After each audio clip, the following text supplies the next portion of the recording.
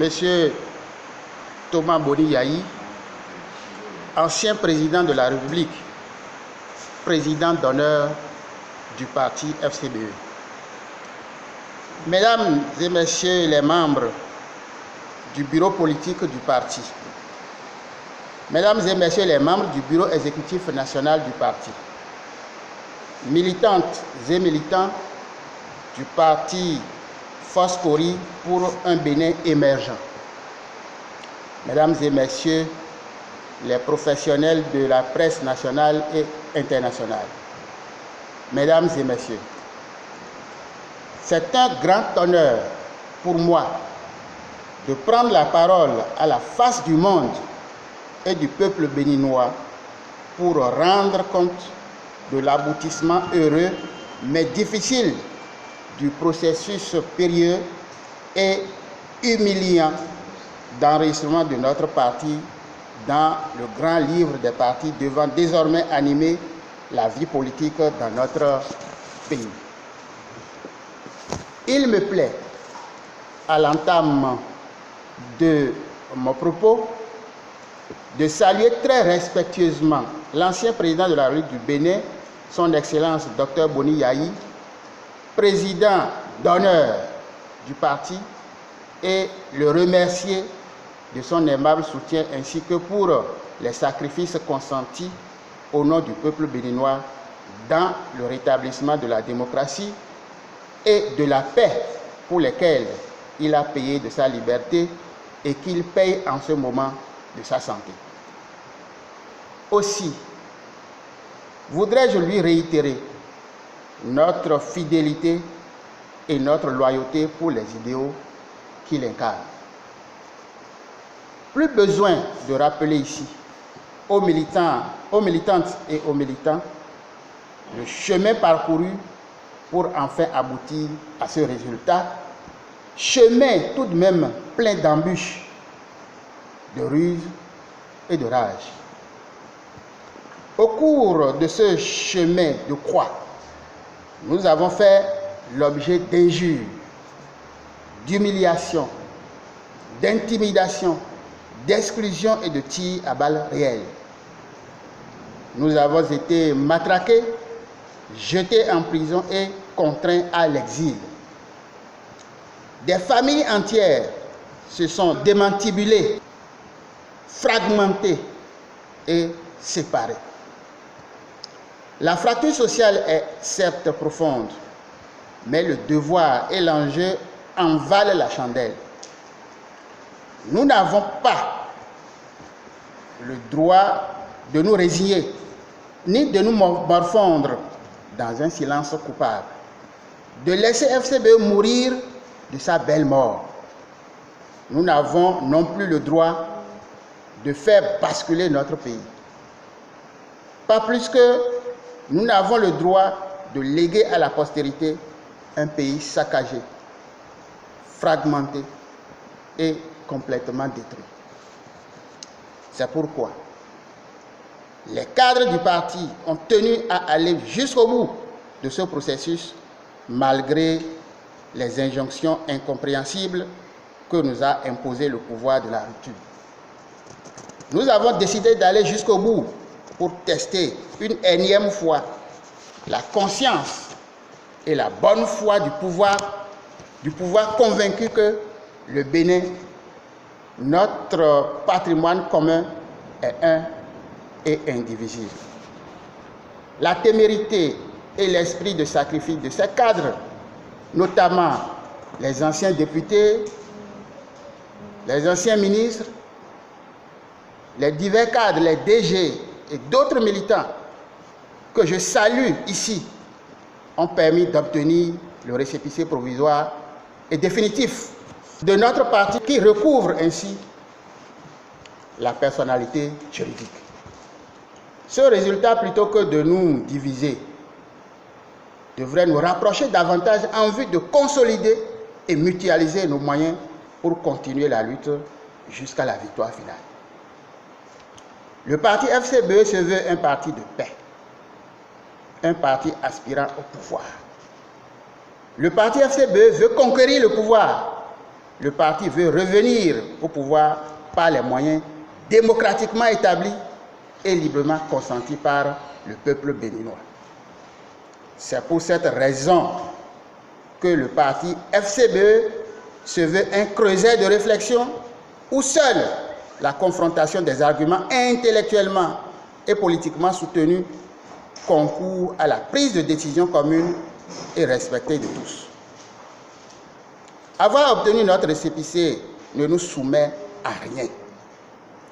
Surtout pas au pouvoir de la rupture dont la ligne politique est contraire à la nôtre, ni au président dont les élans dictatoriaux sont connus de tous et confirmés chaque jour par les actes posés par son gouvernement. Avoir obtenu notre récépissé ne signifie pas que le parti ait été vendu au président Talon. Pour nous, FCBE n'a pas de prix, tout comme la démocratie et la liberté.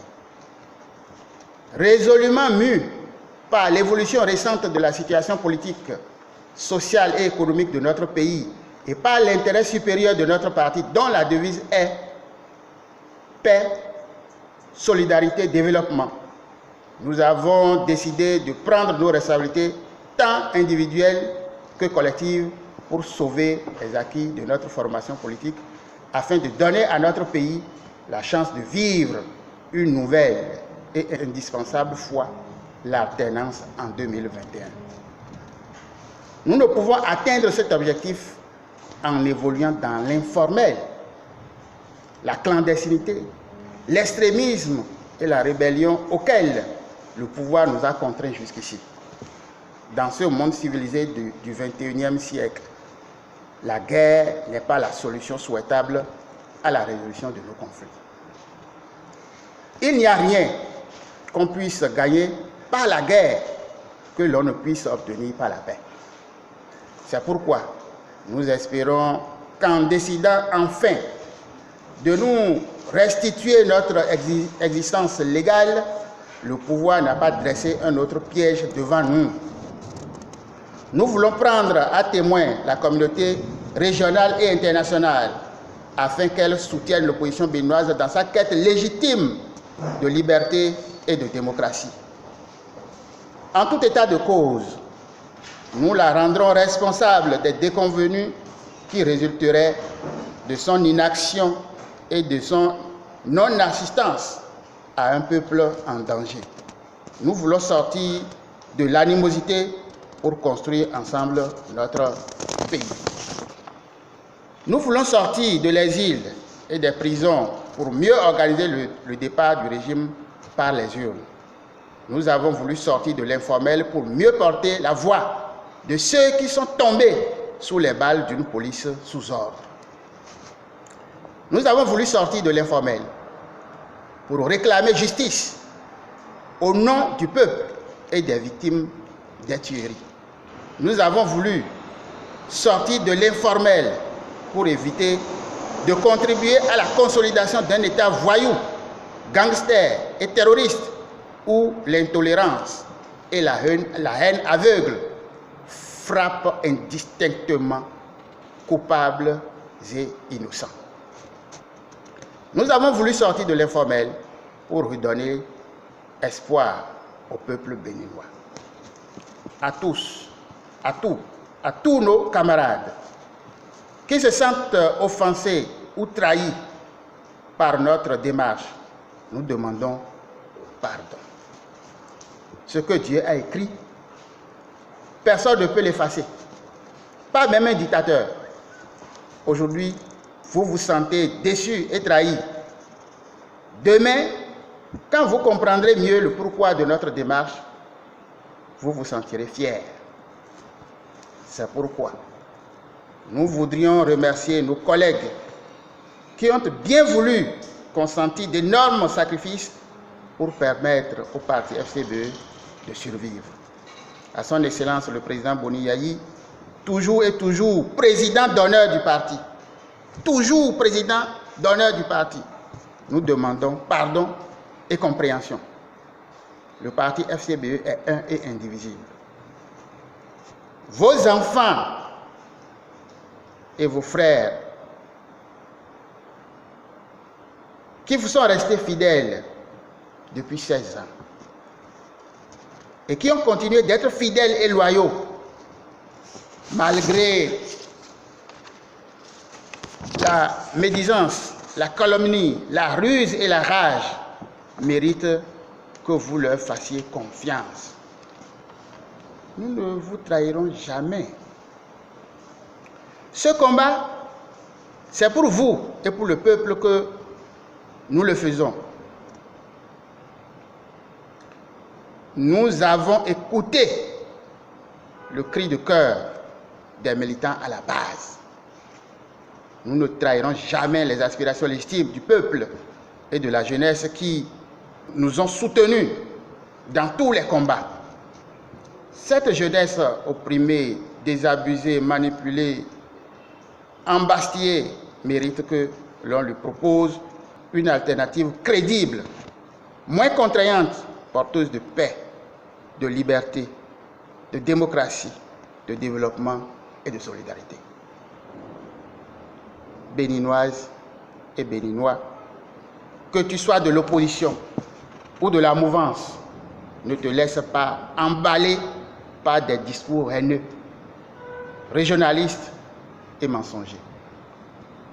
C'est sur ces mots de paix, d'espoir, que le parti FCBE réaffirme son appartenance à l'opposition et se battra auprès des autres forces de l'opposition pour la restauration de la démocratie, la libération de tous les prisonniers politiques et le retour des exilés politiques et la reprise des élections législatives inclusives.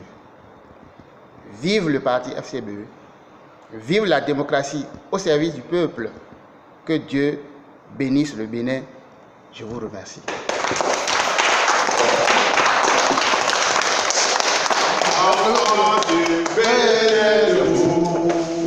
La liberté de Christ honore, chante au premier feu de roi, l'enfant du Bénin debout.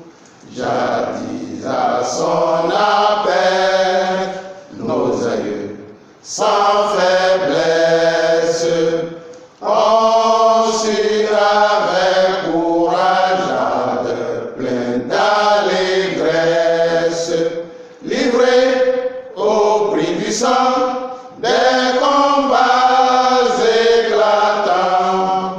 Accourez-vous aussi, bâtisseurs du présent, plus fort dans l'unité chaque jour à la tâche, pour la postérité construisez sans relâche.